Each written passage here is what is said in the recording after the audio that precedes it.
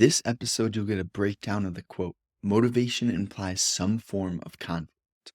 Welcome to Energy Alignment for Entrepreneurs, the podcast helping online service-based entrepreneurs reduce stress, balance emotions, and grow a profitable business in less time.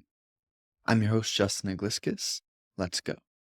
In today's episode, you'll discover why self-honesty is difficult yet worthwhile, how to ignite enthusiasm naturally, and what a lack of enthusiasm is implying about you.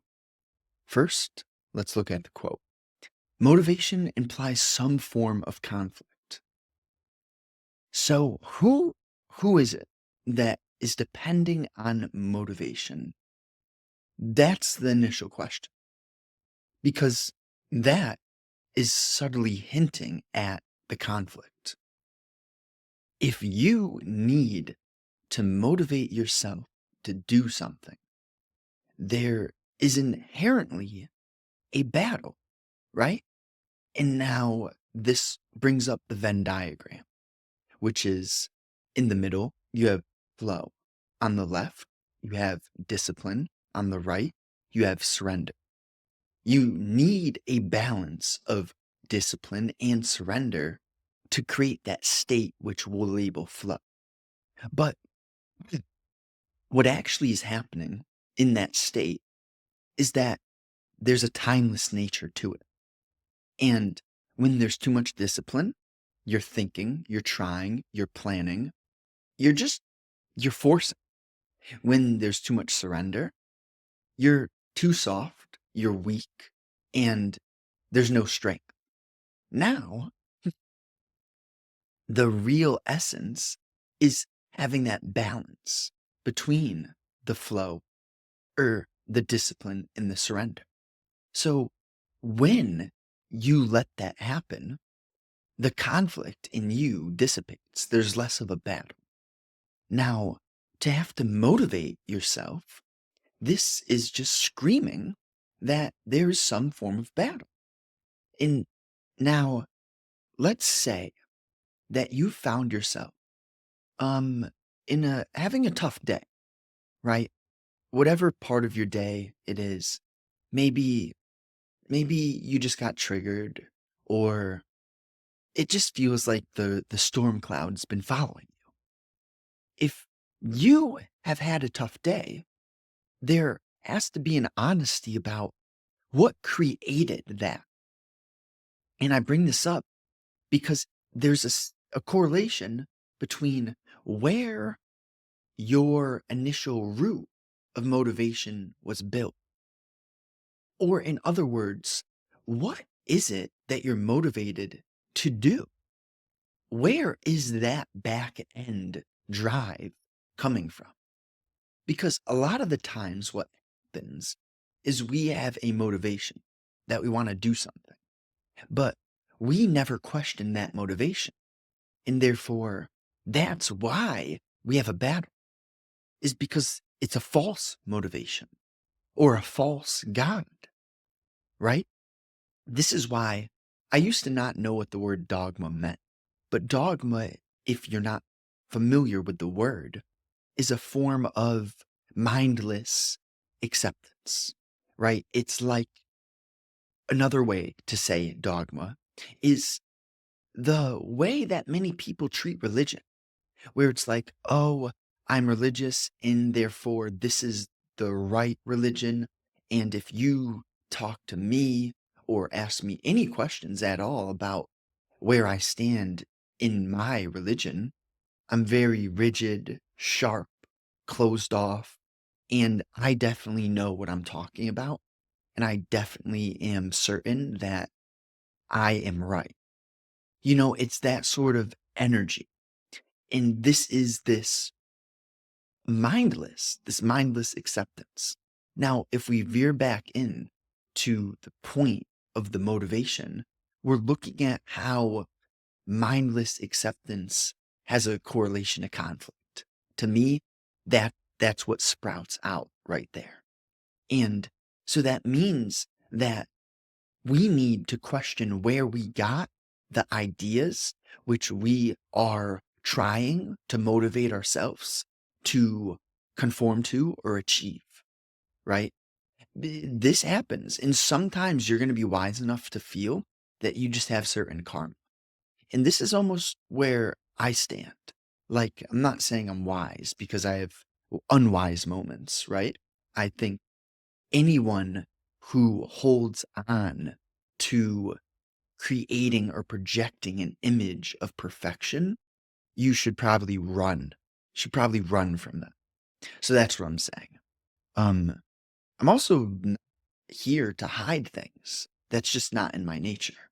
So holistically, it's this big cauldron of understanding. Wait, let me get under where I'm standing. Let me look beneath the initial word of motivation, right? When you hear a quote, motivation implies some form of conflict. It's like, okay, what does that mean? Well, let's look at what does it mean to have a motivation first? What does it mean to have a motive? You know? And so frequently our motives have gone unquestioned. And then we are just um continuously pursuing or driving without even knowing where we're going. Like that's the essence of very much a lot of humanity. And that's as in the awareness just hasn't kicked in. There hasn't been enough friction to where something internally, like electric, electrically ignites or explodes, or there's a combustion. Because you get to a point where, if you've heard this, that the devil is God's agent, pain in your life is like this spark. You know, for a fire to ignite, you need a few set of things. And one of those things is a combustion, like a spark. Then you need fuel and oxygen. This is how life works too. And the pain is like God prescribing you, um, right? He's giving you the medicine within the peanut butter, essentially. That's how pain works. And well, I'm not saying I'm on the other end. I'm not saying I don't feel pain. I'm not saying this only applies to you. But I am saying that our relationship to um who we think ourselves to be affects how we feel what we feel. Yeah? Because if you can be aware that you're both the one who is thinking and the one who is watching that you're thinking, then you start to see, wait, so am I just Justin? Am I something beyond Justin? Well, you're both. You're obviously here, so you're not just one thing, right? We're individuals in bodies. But at the same time, you can very much feel that you're not just this body. So it's like, okay, well, what do we make of that, right? And that just means that you can use that awareness of your deeper nature to guide you throughout your daily life.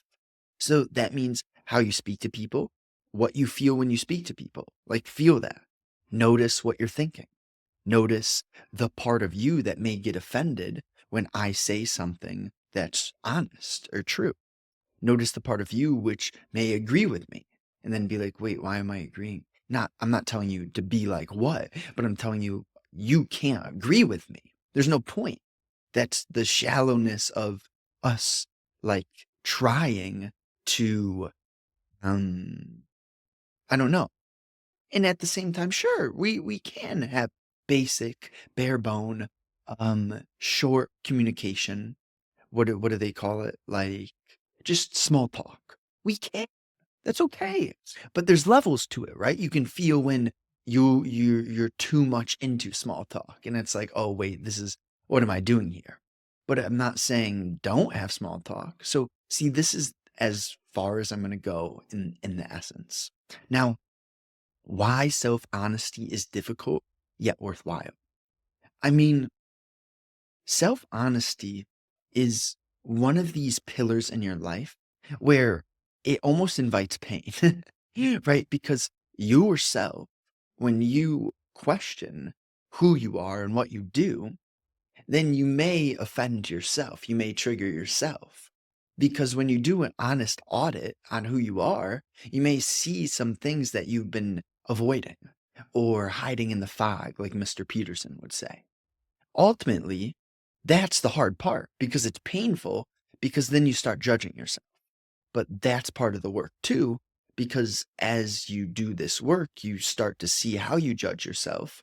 You learn through noticing, wait, okay, I'm judging myself and I'm aware that I'm judging myself. What has happened? Right. And as you clean up your life, you have less to judge.